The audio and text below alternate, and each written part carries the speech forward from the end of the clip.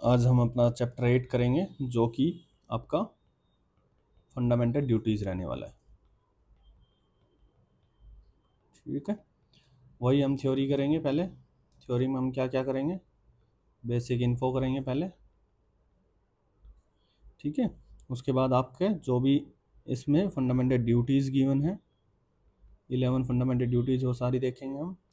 स्वर्ण सिंह कमेटी जो आपकी आई थी, ठीक है, उनकी कौन सी जो फंडामेंटल ड्यूटीज़ है वो एक्सेप्ट नहीं करी वो देखेंगे हम। ठीक है, फिर आपका हम क्रिटिसिज्म देखेंगे, क्या कुछ क्रिटिसिज्म हो सकता है। फिर हम सिग्निफिकेंस देखेंगे और फिर लास्ट में आपका वर्मा कमेटी देखेंगे, कब आई थी और उन्होंने क्या कुछ बोला है। ठीक है, थ्योरी में हम ये करेंगे। फिर आपका वही PYQ प्लस में लेटेस्ट क्वेश्चंस। ठीक है, तो हम स्टार्ट करते हैं अपना थ्योरी से। थ्योरी में पहला हम क्या करेंगे, बेसिक इन्फो। बेसिक इन्फॉर्मेशन क्या है आपकी फंडामेंटल ड्यूटीज़ के बारे में। यदि हम फंडामेंटल ड्यूटीज़ की बात करते हैं तो हमने ये कॉन्सेप्ट कहाँ से, ये आइडिया कहाँ से लिया, USSR से, जो आज हम रशिया बोलते हैं। ठीक है, दूसरा कौन से आर्टिकल में आते हैं, अंडर आर्टिकल 51A। ठीक है, यदि हम पार्ट की बात करें तो पार्ट 4A। ठीक है, तो ये कैपिटल A क्या रिप्रेजेंट कर रहा है कि कोई अमेंडमेंट आया है। अमेंडमेंट कौन सा, 42nd कॉन्स्टिट्यूशनल अमेंडमेंट एक्ट 1976। ठीक है, कोई ना कोई किसी कमेटी ने रिकमेंड किया होगा। कौन सी कमेटी थी जिन्होंने रिकमेंड, स्वर्ण सिंह कमेटी। ठीक है, तो ये बेसिक इन्फो है। दूसरा, इंडिया के अलावा जो हम डेमोक्रेटिक कंट्री देखते हैं, जापान में भी आपके कॉन्स्टिट्यूशन में फंडामेंटल राइट्स, फंडामेंटल ड्यूटीज़। बाकी जो आपके जैसे USA है, ठीक है, फ्रांस है, ऑस्ट्रेलिया है, इनमें आपके फंडामेंटल ड्यूटीज़ आपके कॉन्स्टिट्यूशन में नहीं गिवन। ठीक है, और इसमें दो तीन चीज़ और आप क्या देखोगे कि फंडामेंटल ड्यूटीज़ होती है ओनली फॉर सिटीजन्स होती है, नॉट फॉरनर्स। ठीक है, और जैसे DPSP होती है ऐसे ही आपकी नॉन जस्टिशिएबल होती है, नॉन एनफोर्सेबल होती है, लाइक DPSP। ठीक है, और यदि हम देखें 42nd कॉन्स्टिट्यूशनल अमेंडमेंट एक्ट था आपका, उसके तहत आपकी 10 फंडामेंटल ड्यूटीज़ आई थी। ठीक है, वैसे जो स्वर्ण सिंह कमेटी थी उन्होंने आपकी 8 फंडामेंटल ड्यूटीज़ को रिकमेंड किया था। ठीक है, लेकिन आपकी आई कितनी थी, 10। लेकिन अभी कितनी है, 11। ठीक है, 11वीं आपकी कब आई है, 86 कॉन्स्टिट्यूशनल अमेंडमेंट एक्ट 2002। तो ये कुछ बेसिक इन्फो है जो आप इसके बारे में याद रखोगे। ठीक है, फिर हम देख लेते हैं अपने फंडामेंटल ड्यूटीज़, जो आपकी 11 फंडामेंटल ड्यूटीज़। तो हम कैसे याद करेंगे, ABCD से याद करेंगे हम। ठीक है, जैसे ए फोर, पहली जो आपकी फंडामेंटल ड्यूटीज़ 51A में। ठीक है, क्लोज 1 क्या बोलता है आपका, क्लोज A बोलता है आपका सिंपल कि to abide by the constitution. To abide by the constitution मतलब कॉन्स्टिट्यूशन के हिसाब से आपको चलना चाहिए। ठीक है, ये आपकी ड्यूटी है। और क्या करना चाहिए, रिस्पेक्ट करना चाहिए। किस चीज़ को, रिस्पेक्ट इट्स आइडियल्स। जो भी कॉन्स्टिट्यूशन में आपके आइडियल्स गिवन है, जस्टिस है, इक्वलिटी है, जो भी इंस्टीट्यूशन है आपके कॉन्स्टिट्यूशन में। ठीक है, इंस्टीट्यूशन जैसे कि आपका UPSC है, EC है, ECI है। ठीक है, national flag and national anthem. ठीक है, एक चीज़ याद रखना, कभी इसमें आ जाए कि नेशनल सॉन्ग, तो आपका क्या चीज़ नहीं है, नेशनल सॉन्ग इसमें नेशनल फंडामेंटल ड्यूटीज़ में आपका इंक्लूड नहीं है। ये चीज़ याद रखना। ठीक है, काफ़ी बार कंफ्यूज करने के लिए ये ऑप्शन भी दे देंगे आपको। ठीक है, तो ए क्या बोल रहा है, to abide by the constitution. A for आपका A clause, A for abide. ठीक है, यहाँ से हम इसको याद रखें, to abide by the constitution, respect its ideals, institution, national flag and national anthem. ठीक है, बी क्या बोल रहा है आपका, इसको आप कैसे याद रखोगे, अबाइड से। ठीक है।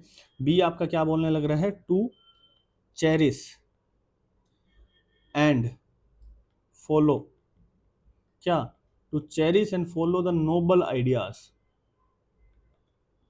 ठीक है, to cherish and follow the noble ideals, ठीक है, जिसने इंस्पायर किया, डेट इंस्पायर्ड, क्या, नेशनल स्ट्रगल, ठीक है, किसके लिए, फॉर फ्रीडम, ठीक है। बी 51A क्लोज बी क्या बोल रहा है, to cherish and follow the noble ideals, मतलब हमें जो भी नोबल आइडियल्स गिवन है, ठीक है, किसने दिए हैं, जो हमारे नेशनल फ्रीडम फाइटर थे, उन्होंने जो भी हमें नोबल आइडियल्स गिवन है, तो उन्हें हमें चेरिश करना चाहिए, चेरिश मतलब अडोर, मतलब प्रोटेक्ट, केयर करनी चाहिए, ठीक है, फॉलो करना चाहिए, मतलब उनको पे चलना चाहिए हमें, ठीक है, जिन्होंने इंस्पायर किया नेशनल स्ट्रगल को, किसके लिए, फ्रीडम के लिए। तो बी फॉर आप याद कैसे रखोगे, बी फॉर बापू, गांधी जी को हम बापू बोलते थे, बी फॉर भगत सिंह, ये हमारे फ्रीडम फाइटर थे, ठीक है, तो बी आप ऐसे याद रखोगे, ठीक है। सी, क्लोज सी क्या बोलता है आपका, to uphold and protect the, to uphold and protect the sovereignty, unity and integrity of India,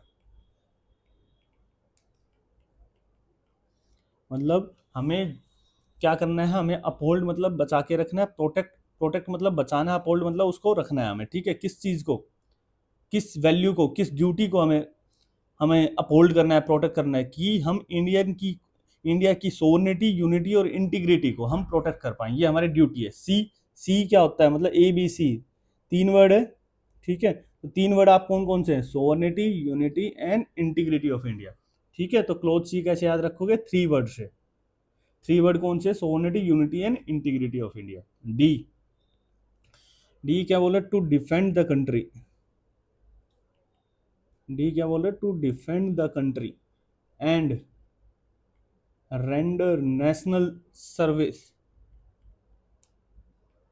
and render national service when called upon to do so. D for defend, ठीक है, ये defend से याद रखोगे कैसे, मतलब टू डिफेंड द कंट्री, मतलब हमें कंट्री को बचाना है और नेशनल सर्विस के लिए तैयार रहना है जब भी हमें बुलाया जाए, सिंपल सा मीनिंग ये, ठीक है। ई, क्लोज ई क्या बोल रहा है आपका, टू प्रमोट हार्मनी, मतलब हमें क्या प्रमोट करना है, हार्मनी, हार्मनी मतलब आपके पीस, आपकी लविंग नेचर, ठीक है, the end the spirit of, and the spirit of common brotherhood, मतलब भाईचारे की जो भावना होती है उसे हमें क्या करना है, प्रमोट करना है, ठीक है, किसके बीच में, ठीक है, भाईचारे की जो भावना है वो उसको हमें प्रमोट करना है, किसके बीच में प्रमोट करना है, amongst, amongst all the people of India, ठीक है, किसके बीच में हमें प्रमोट करना है, amongst all the people of India, ठीक है, all the people of India, all the people of India, बेशक कोई भी रिलीजन से आते हैं वो, कोई भी आपके लैंग्वेज से आते हैं वो, या कोई भी रीजनल या आपकी सेक्शनल डाइवर्सिटी हो, ठीक है, उन सब के बीच में हमें भाईचारे को प्रमोट करना है, ठीक है। और क्या करना है, एंड टू रिनाउंस, रिनाउंस मतलब छोड़ देना, एंड टू रिनाउंस प्रैक्टिसेस, कौन सी प्रैक्टिसेस को छोड़ना हमें, जो डेरोगेटरी हो, डेरोगेटरी मतलब जो वुमेन्स की डिग्निटी के लिए हैम्पर करती हो, जो प्रैक्टिसेस वुमेन्स की डिग्निटी को हैम्पर करती हो, जो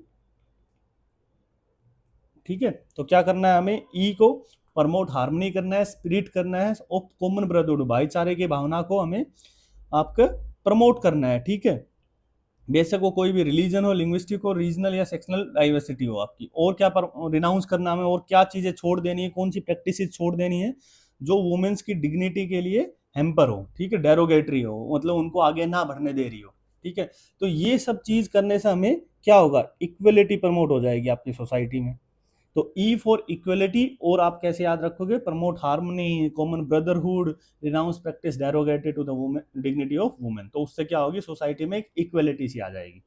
ठीक है, E for equality. F, F क्या बोल रहे हैं, to value and preserve,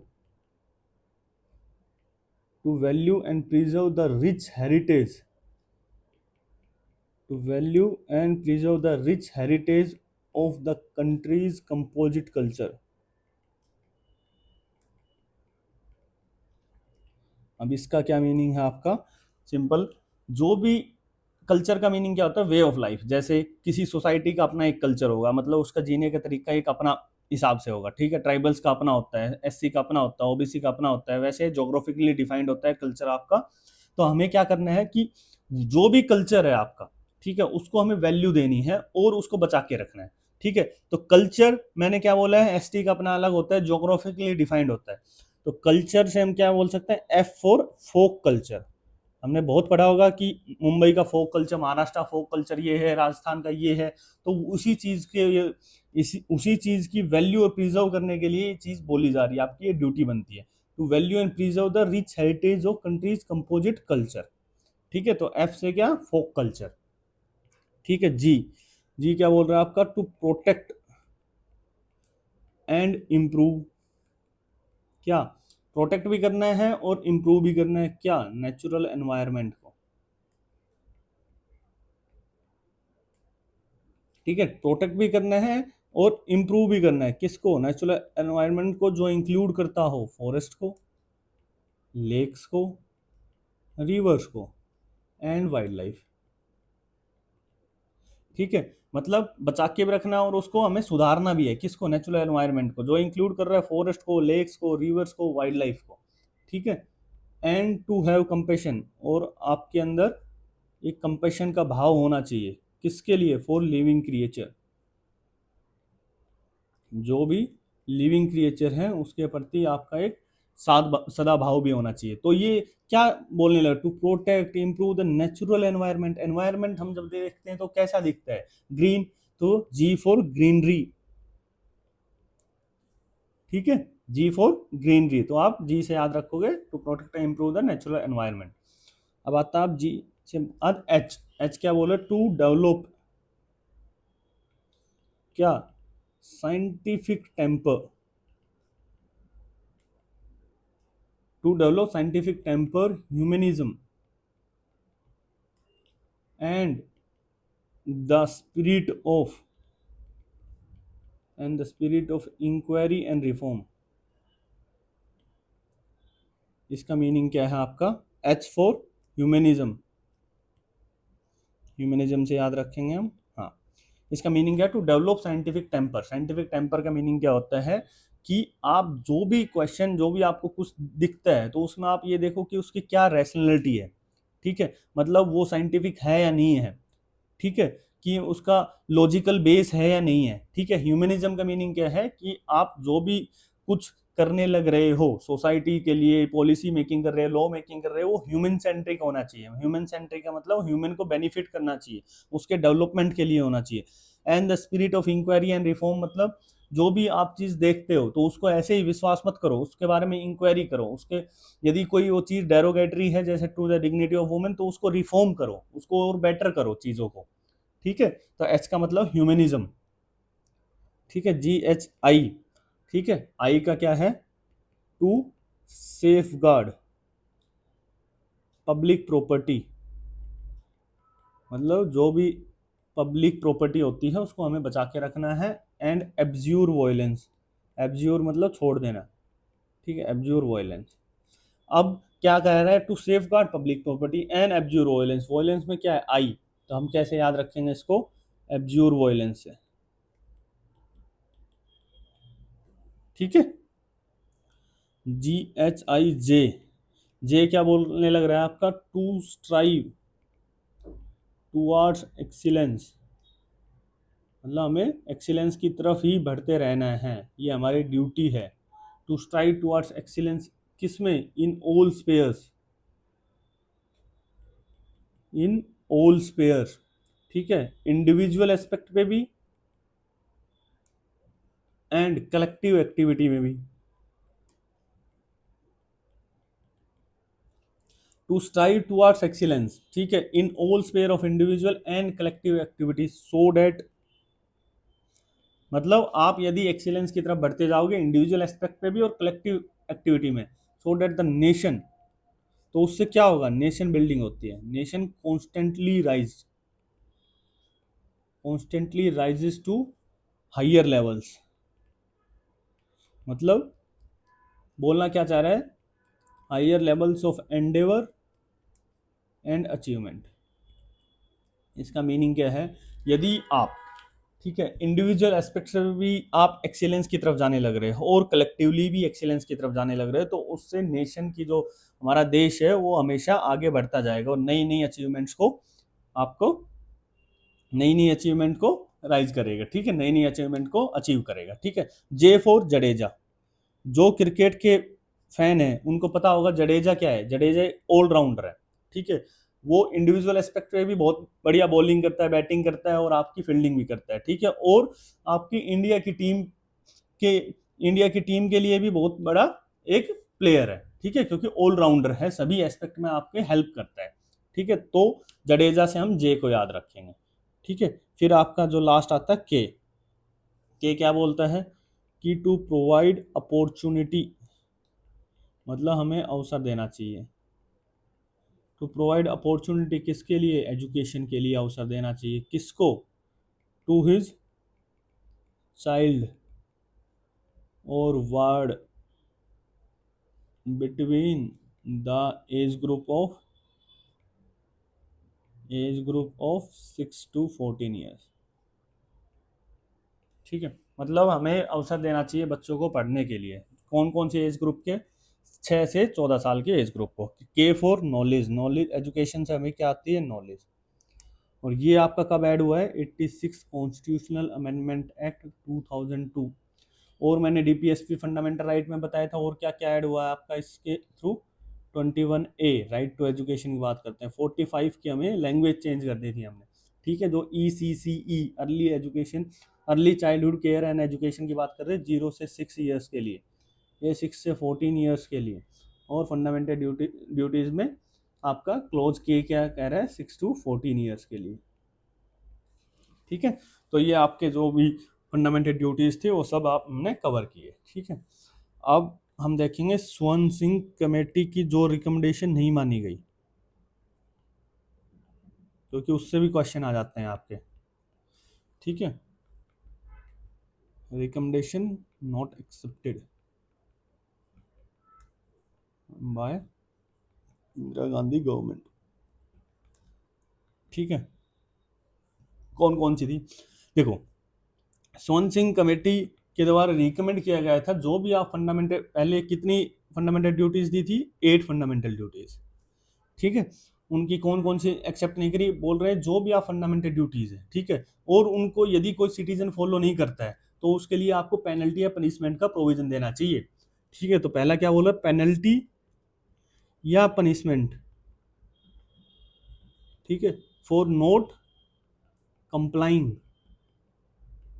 not complying fundamental duties, ठीक है, कि पेनल्टी करो या पनिश करो उसको यदि वो फंडामेंटल ड्यूटीज नहीं मान रहे थे। सेकंड क्या बोल रहे थे, जो भी आप लॉ बना रहे हो, making law making for such penalty, मतलब कोई पनिशमेंट के लिए यदि आप लॉ मेकिंग कर रहे हो तो शुड नॉट बी क्वेश्चनड, मतलब किसी, यदि आप लॉ मेकिंग करने लग रहे हो किसी भी पनिशमेंट को अवेल करने के लिए, फंडामेंटल ड्यूटीज के लिए पनिशमेंट को बनाने के लिए, तो वो क्वेश्चन नहीं होंगे किसी भी कोर्ट ऑफ लॉ में, any court of law,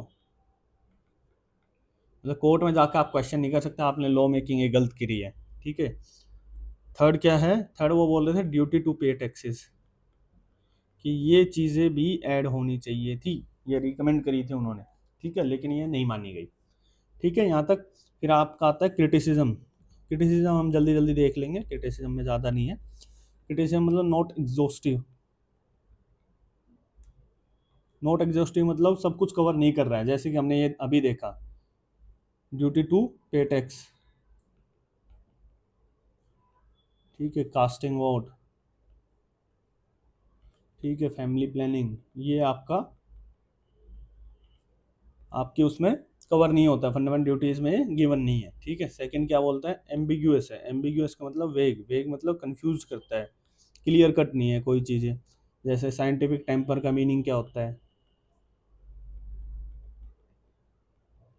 Nobel ideals का क्या मीनिंग होता है।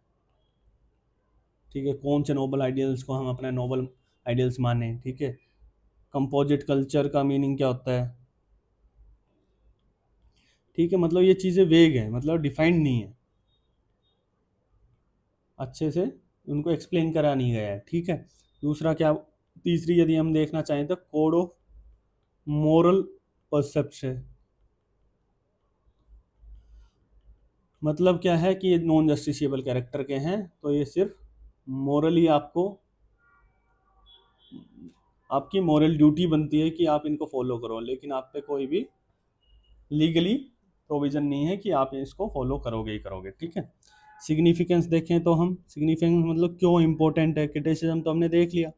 सिग्निफिकेंस मतलब वाई दे आर इम्पोर्टेंट, क्यों, क्योंकि फंडामेंटल ड्यूटीज़ है ना, वो एक एक्ट एज ए रिमाइंडर है। रिमाइंडर मतलब आपको याद दिलाती है क्या, जब आपके पास फंडामेंटल राइट्स हैं तो आपको फंडामेंटल ड्यूटीज़ भी आपको फॉलो करनी चाहिए। ठीक है, कि while enjoying the rights you should also follow the fundamental duties, या ठीक है, एक्स्ट्रा रिमाइंडर, फंडामेंटल ड्यूटीज है तो आपको, फंडामेंटल राइट है तो फंडामेंटल ड्यूटीज भी आपको फॉलो करनी चाहिए। दूसरा क्या है कि ये एक वार्निंग के रूप में है, वार्निंग टू जो एंटी सोशल एक्टिविटीज या एंटी नेशनल एक्टिविटीज में इंडल्ज होते हैं, जैसे कि पब्लिक प्रॉपर्टी को, ठीक है, डैमेज कर रहे हैं, ठीक है, इंसल्ट कर रहे हैं नेशनल फ्लैग की, कैसे, उनको बर्न करके। ठीक है, तो उनके लिए एक वार्निंग के तौर पे है। ठीक है, थर्ड क्या बोल रहा है, थर्ड जो सिग्निफिकेंस हम लिख सकते हैं वो लिख सकते हैं कि it helps the court to examine, court to examine and determine the constitutional validity,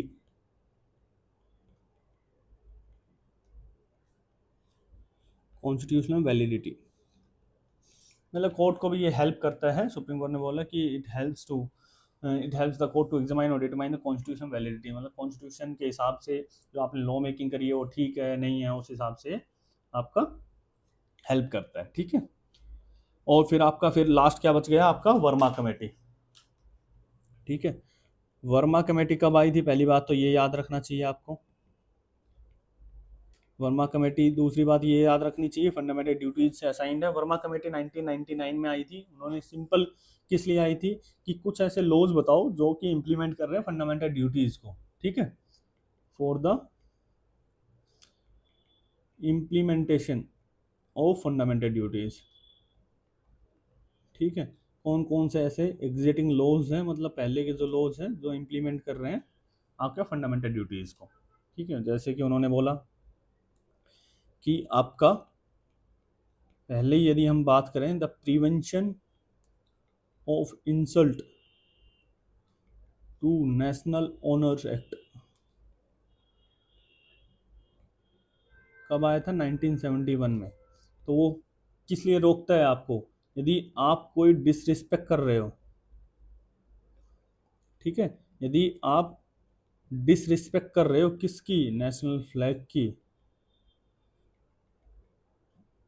ठीक है, यदि नेशनल फ्लैग की, नेशनल एंथम की, ठीक है, या कॉन्स्टिट्यूशन ऑफ इंडिया की, तो आपको ये प्रिवेंट करता है, और यदि आप करते हो तो उसमें सज़ा का प्रोविज़न है। ठीक है, दूसरा और क्या है, the protection of civil rights act, civil rights act कब आया था, 1955 में, जो हमने अनटचेबिलिटी ऑफेंसेस एक्ट था पहले।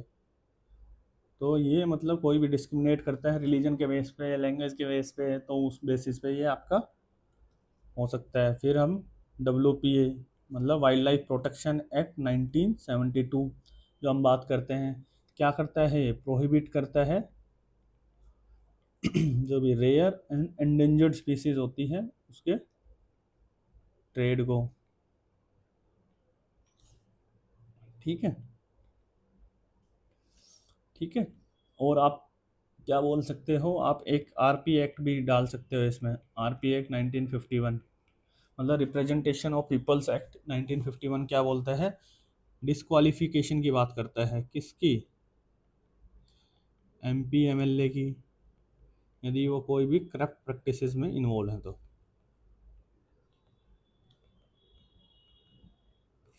ठीक है, तो ये आपकी पूरी थ्योरी होती है। तो हमें देख सकते हैं कि हमारी थ्योरी कंप्लीट हो गई है। ठीक है, अब हम क्या करेंगे, अब हम हमारे क्वेश्चन करेंगे, पीवाईक्यू लेटेस्ट क्वेश्चन। ठीक है।